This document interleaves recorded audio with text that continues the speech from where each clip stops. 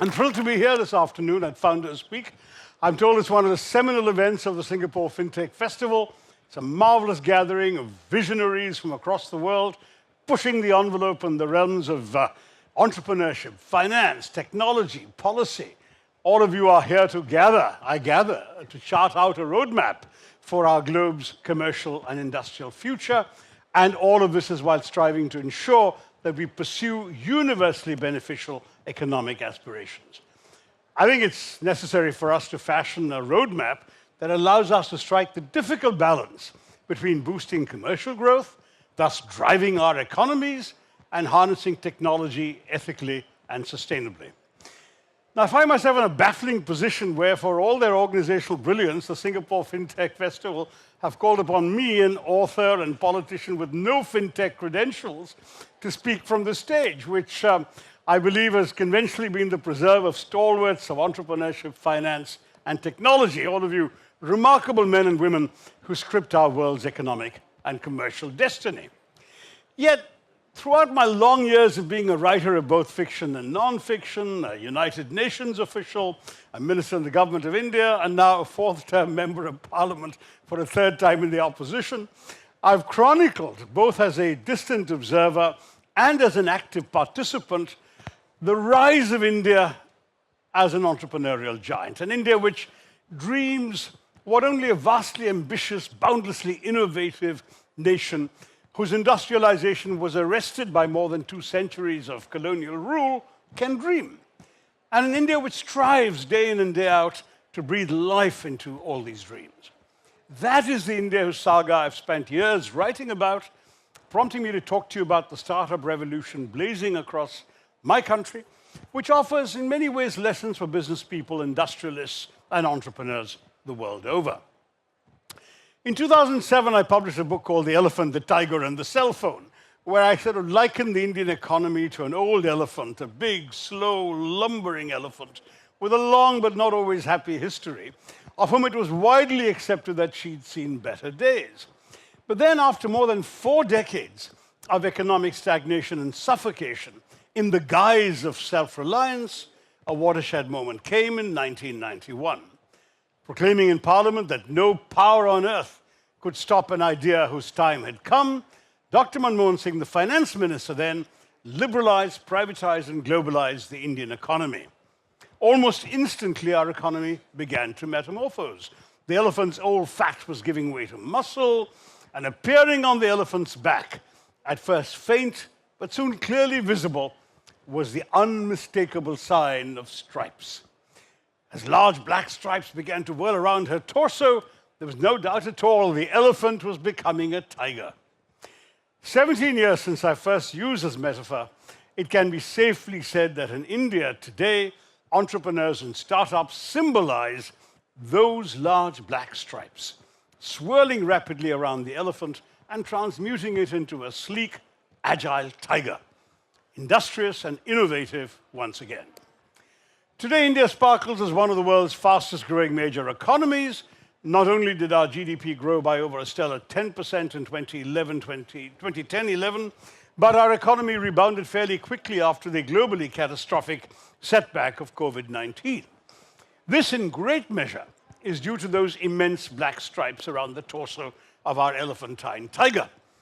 Indeed, between the fiscal years 2016 and 23, startups contributed to India's GDP growth by a whopping 10 to 15%. And according to a report by the Confederation of Indian Industry and Business Group, they're slated to add $1 trillion to our economy and create 50 million new jobs by the last fiscal year of the decade, 29-30. Now, no sooner had entrepreneurship taken off in the early 2000s than it began scripting a glorious transformative saga for India's economy.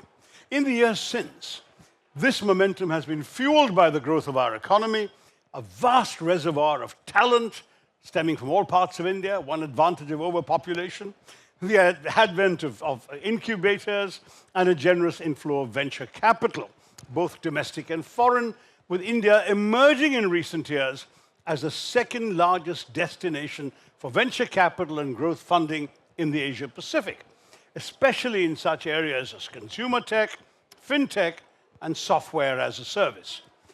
To this list of enabling factors can be added the boundless global appeal that such entrepreneurs as Steve Jobs, Bill Gates, Elon Musk, Jeff Bezos, and now Sam Altman all enjoy in popular culture. The cults of personality around these entrepreneurs, which frankly have created around the world and especially in India a whole array of fans, podcasts, entrepreneurial and fintech influencers on Instagram, on X, on Facebook, and such reality television as the enormously popular Shark Tank India, forging an aspirational culture dedicated to nourishing and strengthening startups. And so startups have suffused India's economy, becoming ubiquitous.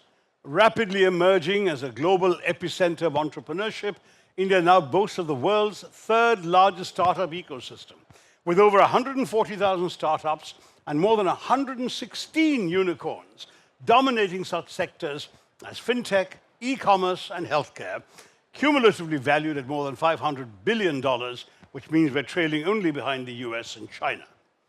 From Zoho to Zomato, Car Dekho to Cred, legions of Indian unicorns have risen to tower over our economy, making benchmarks in innovation and even prompting global players in the Indian market to shudder in fear of being eclipsed. When the angel investor, Eileen Lee, first coined the term unicorn to refer to startups valued at over $1 billion, she really meant to refer to something pretty mythical, something rare.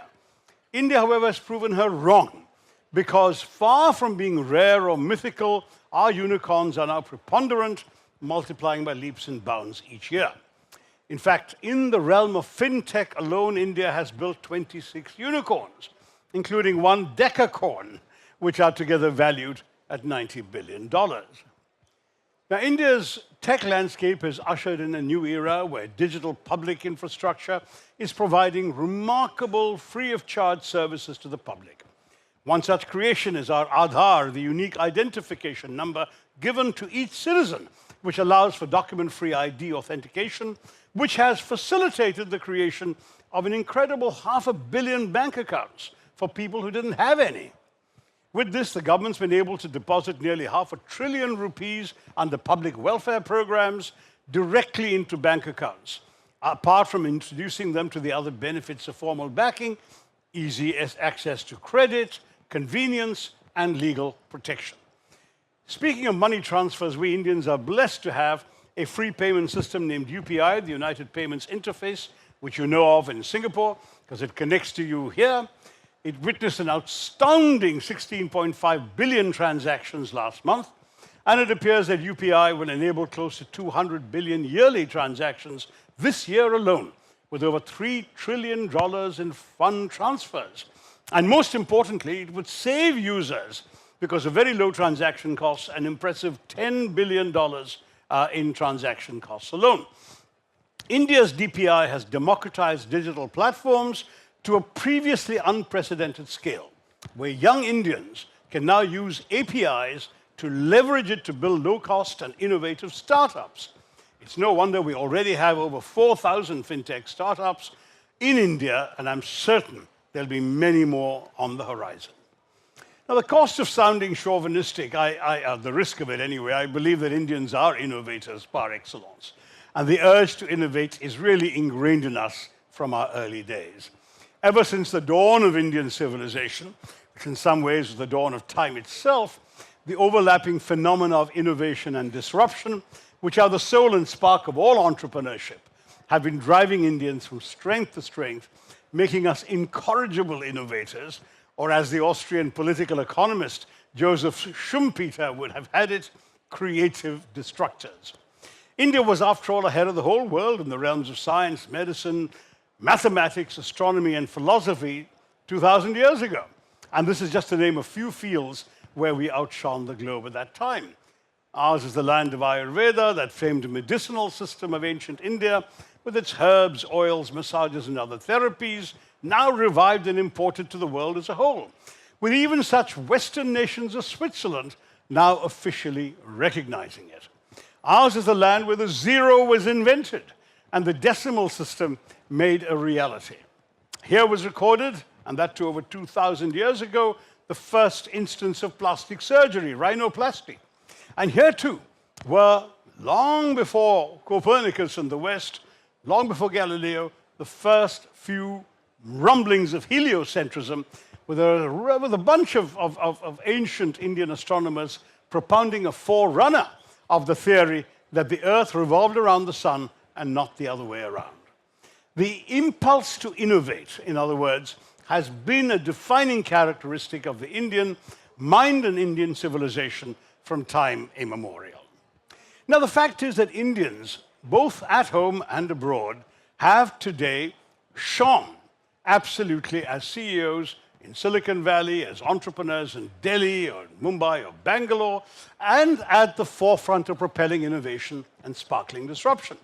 So that vindicates the American inventor and futurist Ray Kurzweil's dictum that I referred to on the main stage a few minutes ago, that the world in the 21st century will not experience 100 years of progress, but because of the dizzying rate of technological change, we'll experience 20,000 years of progress in 1 century.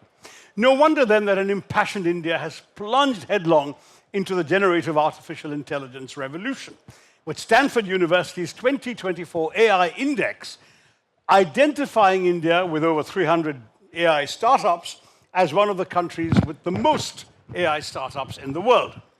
Indeed, according to a report published by the Boston Consulting Group, India leads the world in ChatGPT usage, having surpassed even the United States, where ironically the generative AI revolution began, and which leads the world in total AI private investment. So wherever Naveen is sitting, he's not alone. ChatGPT is an Indian thing now. Though it may be a cliche to say that the I in AI may have come to stand for India, it can surely be said that it reflects India's unity in diversity, especially its linguistic diversity. Because by building some of our first multilingual large language models, Indian startups are shining the AI spotlight on our 22 official languages listed in our constitution, enabling Indians nationwide to reap the benefits of this technology in their own mother tongues. Moreover, a joint report by NASSCOM, India's foremost trade association for the information technology industry, and by BCG, predicts that our AI market will touch a staggering $17 billion by 2027. Now, however perilous the challenges facing us may be, Indians never cease to dream. India is a nation that dreamt of sending rockets into space and harnessing nuclear energy at a time when we were still an impoverished, largely illiterate nation, laboring to rise from the ashes of the British Raj. In November 1963, when India's first Prime Minister, Jawaharlal Nehru, launched India's own space program, the moment was immortalized by the legendary French photographer Henri Cartier-Bresson, who clicked a picture of a rocket part being carried on the back of a bicycle. 6 years previously, Nehru had inaugurated India's first atomic research reactor. Nuclear power and space technology. There was no limit, he felt, to his and his people's scientific and technological aspirations. Never mind that their country was still mired in the bicycle and bullock cart age. Today, India seems to be leaving no stone unturned in harnessing quantum technology, with a national quantum mission firmly in place to incubate startups in this field, empowering them to leapfrog to global eminence, and seed, nurture, and scale up research and development to create a groundbreaking ecosystem that will enable us to be in the vanguard of the quantum technology revolution. As of now, India boasts about 40 to 50 startups in this field alone, quantum technology. All of this makes it evident that the elephantine tiger will not merely drive this technological and entrepreneurial progress and benefit from it, but in fact rise to embody it. And why not? After all, so legendary is our impulse to innovate, or at any rate to find inventive solutions to everyday problems, that the Indian principle of jugaad is renowned the world over. And what is jugaad, you ask? It is simply put a band-aid solution. But that doesn't quite cut it. Some may argue that jugaad is simply a dubious quick fix that testifies not really to any innovatory impulse, but just to the fact that the poor Indians, developing country, they have a tendency to make do, to chalao, as we say, kaam chalao, let's do it. I don't agree, because to my mind, jugaad, this Indian innovation, is about coming up with innovative and ingenious solutions to problems, finding unconventional and creative answers to the challenges before us, including challenges of resources, and above all, deploying new, non-traditional devices to resolve traditional age-old problems. So it is that a nifty Indian villager constructs a makeshift vehicle to transport his livestock and goods by rigging a wooden cart to an irrigation hand pump, which he has repurposed as an engine. Why not? Commonplace machines and household objects are refashioned in ways their manufacturers would never have imagined. In Punjab, for instance, in the hot summer months, cheap, locally manufactured washing machines double as churners of buttermilk, lassi, so popular in the scorching heat. But since many shops were too tiny even to accommodate washing machines, some innovators, unimaginably quick on their feet, repurposed the motor and the shaft from a table fan and attached blades to create portable blenders. So everything in India can be reimagined and reused. You just need an Indian by your side. Instead of complicating or gratuitously embellishing our products, we strip them down to their bare bones, and reinventing the wheel to lethal effect, we make them affordable, durable, and useful. Now, all of this is to say that while Indians are now masterfully thinking outside the box and coming up with innovative solutions in entrepreneurship, we've long been finding in our everyday lives creative ways to work within our resources, however mean, however limited they might be. It was in recognition of this impressively innovative culture of startups that the Global Innovation Index 2024 has now ranked us 39th among 133 economies worldwide, and I think it's safe to say the rank is climbing. Now, this irrepressible Indian spirit of jugaad has most recently incarnated in the realm of quick commerce, donning the mantle of astronomically successful ride-hailing and on-demand delivery services such as Rapido and Blinkit. Riding on the crest of India's digitization and peer-to-peer payments wave, these startups have transformed the simple idea of neighborhood deliveries into a powerhouse of scaled, efficient retail, all while generating a tremendous amount of gig employment, even though the working conditions of Indian gig workers, over 7 million of them at present, remain far from satisfactory in my view. But while this is a pernicious issue that Indian lawmakers are tackling, one thing is unmistakable. Long gone are the days when Indians had to rely on obliging friends and relatives returning from abroad to bring them chocolates, instant noodles, mobile phones, laptops, branded clothes, and cosmetics. Today, thanks to these startups, which are firmly anchored in characteristic Indian ingenuity, India is a country where in less than 15 minutes, and with only a few clicks of a smartphone, one can have the latest iPhone, a PlayStation 5, and bread, butter, and jam all home delivered from the same app, and that too, for the most part, 24/7. But to dream of innovating and creating something cutting edge that can help millions of people is also to confront the possibility of failure. After all, no visionary in any field has ever walked this earth without experiencing either failure or what it feels like to have the odds stacked insidiously against you.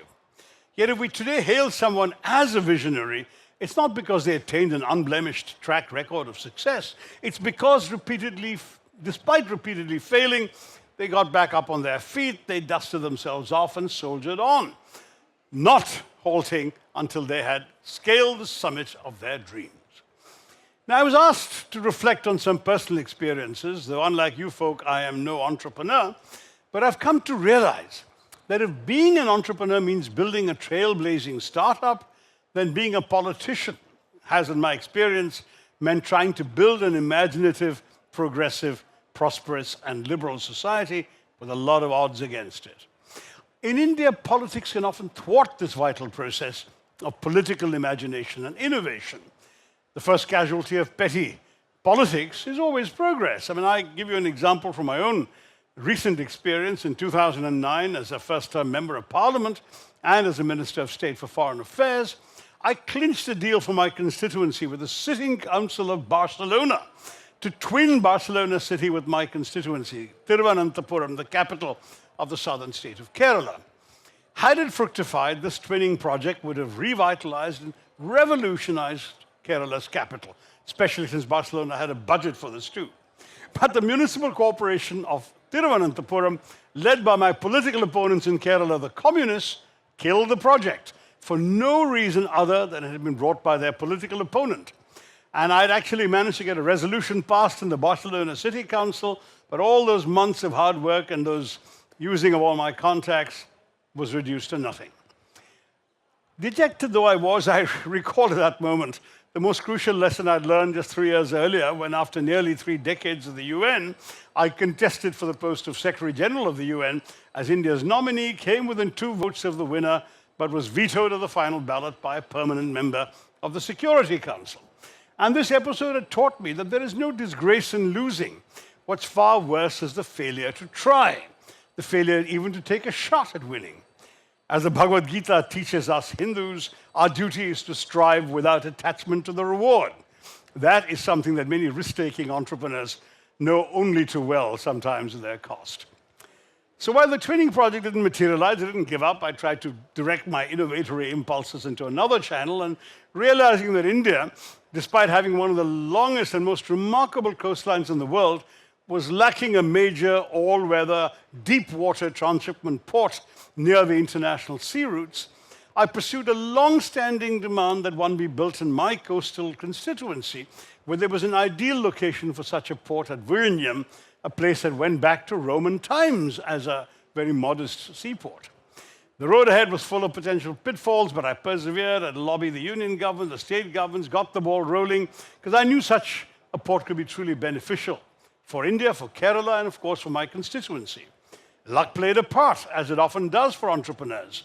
At a time when the tender for the port concession had attracted no takers, I happened to run into Gautam Adani in line for an Air India flight to New York, and I was able to spend time mid-air persuading him to bid. He did, and earlier this year, after years of painstaking effort, the trial run of the Vizhinjam International Seaport commenced, and India will soon have its very first international transshipment port, with water so deep it can take the largest ships ever made, the largest capacity ships ever made.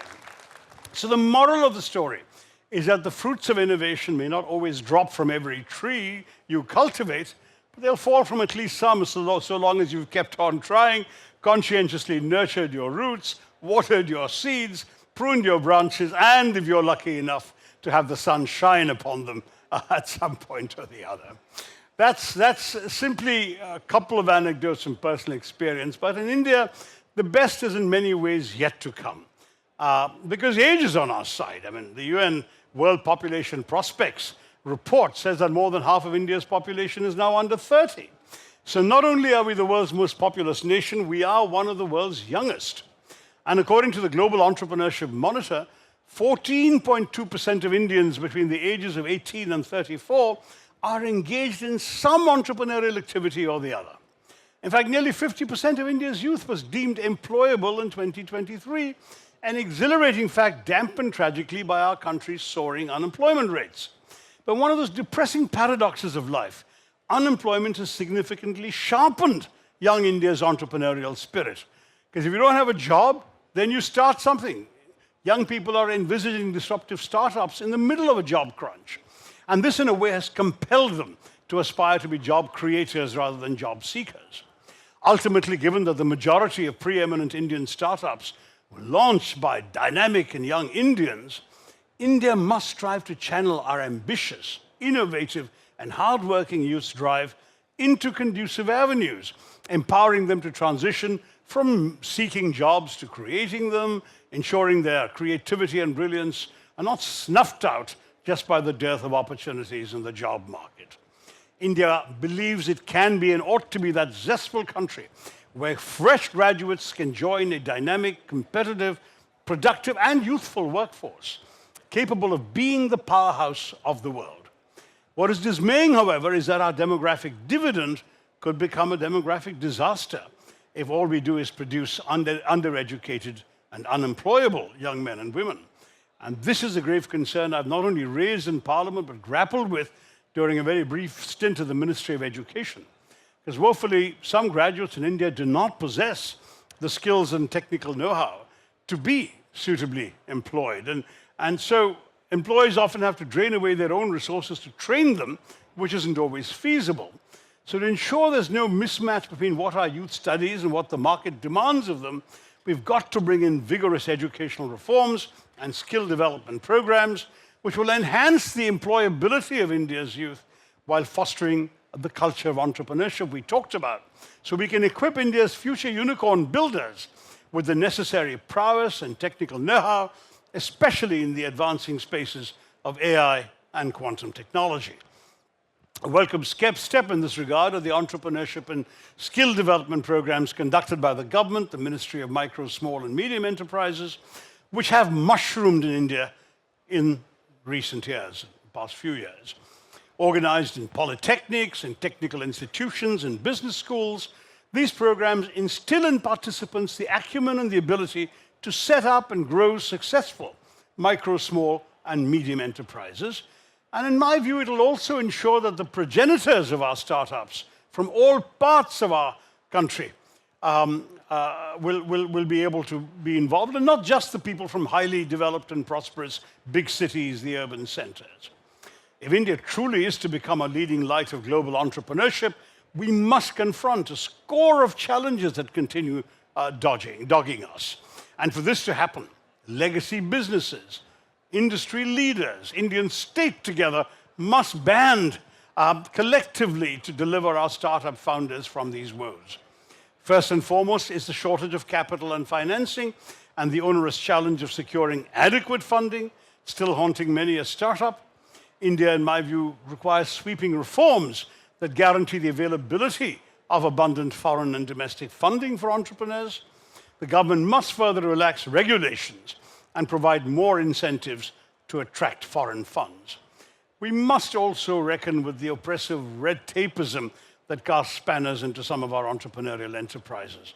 The government has launched several initiatives to boost entrepreneurship, but we have to overcome some policy and regulatory challenges that still remain.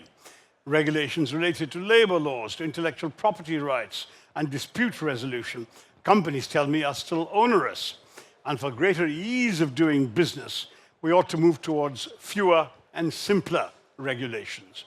Instead of expanding their vitality on exacting compliances, fledgling startups should primarily focus just on growing.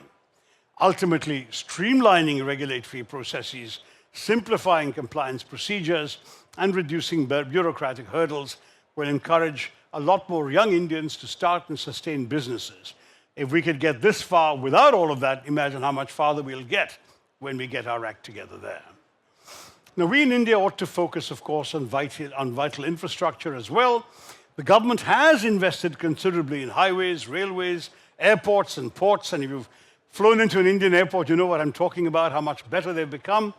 But the fact is that deficiencies in such crucial infrastructure as reliable electricity supply and high-speed internet persist in many parts of the country. If we are to boost our economic growth, create a conducive entrepreneurial atmosphere, and improve the quality of life right across the country, we have to address these gaps everywhere. And for that, it can't be denied that a startup revolution is indeed blazing across India. With such major urban centers as Bengaluru, Mumbai, Delhi, which have been traditionally at the forefront of the startup scene, the years to come will witness a surge, catalyzed hopefully by improved infrastructure, increased digital connectivity, and easier regulation, of entrepreneurial zeal in what we call the Tier 2 and Tier 3 cities, the smaller towns, whose promise is immense. Not only has the number of startups in these cities been rapidly increasing, but Jaipur, a Tier 2 city, already boasts of a unicorn, Kar Dekho, the first of the capital of Rajasthan, a tourist city otherwise, has produced. My own constituency, Thiruvananthapuram, another Tier 2 city, boasts the annual Huddle Global, India's largest beach startup festival, end of this month, which is attracting entrepreneurs and innovators from across the world. I've been talking, in fact, to Mr. Mohanty about possibly doing a fintech on the beach in Thiruvananthapuram. According to a NASSCOM study, the Indian startup landscape is slated to create more than 1.25 million direct employment opportunities by next year alone. This growth can be augmented if the government, in collaboration and consultation with all stakeholders, including the opposition lawmakers, fosters a formidable digital economy, introduces tax incentives, and establishes government-backed and public-private incubators. Moreover, to buttress the significant strides we've been taking in the realms of AI and quantum technology, India should be more congenial to such emerging avenues as cryptocurrency and Web3. It is the allure and widespread governmental acceptance of these technologies worldwide that at times compels some Indian entrepreneurs to see the grass greener abroad and disentangle from the economic future of India to seek greener pastures elsewhere. We have to reverse that. Ultimately, and I need to wrap up now, it is undeniable that the elephantine tiger has come a long way. Its lumbering gait has evolved into a purposeful stride. Gradually emerging from the sanctuary of economic suffocation, this singular hybrid has leapt into the global commercial wilderness, ready to dominate it. In fact, when I wrote the book, the cell phone was my metaphor as the instrument of this change. Today, it's probably the internet, AI, high tech, including fintech. And our government must be aware of this. It must endeavor to improve infrastructure, boost digital connectivity, and reversing the terrible income inequality plaguing us, promote lasting financial inclusion. Only then will we arrive at the glorious tomorrow we so fervently dream of, a tomorrow where the indomitable entrepreneurs of India, with their feet planted firmly on the ground, even as their visions soar higher, harnessing the latest technologies, will transform our nation into the global citadel which historically we had been, of innovation, imagination, and prosperity for all sections of our vast population. This future, ladies and gentlemen, is India's for the giving. And believe me, it'll soon be available for pre-order on an app created, of course, by an Indian. Thank you all very much.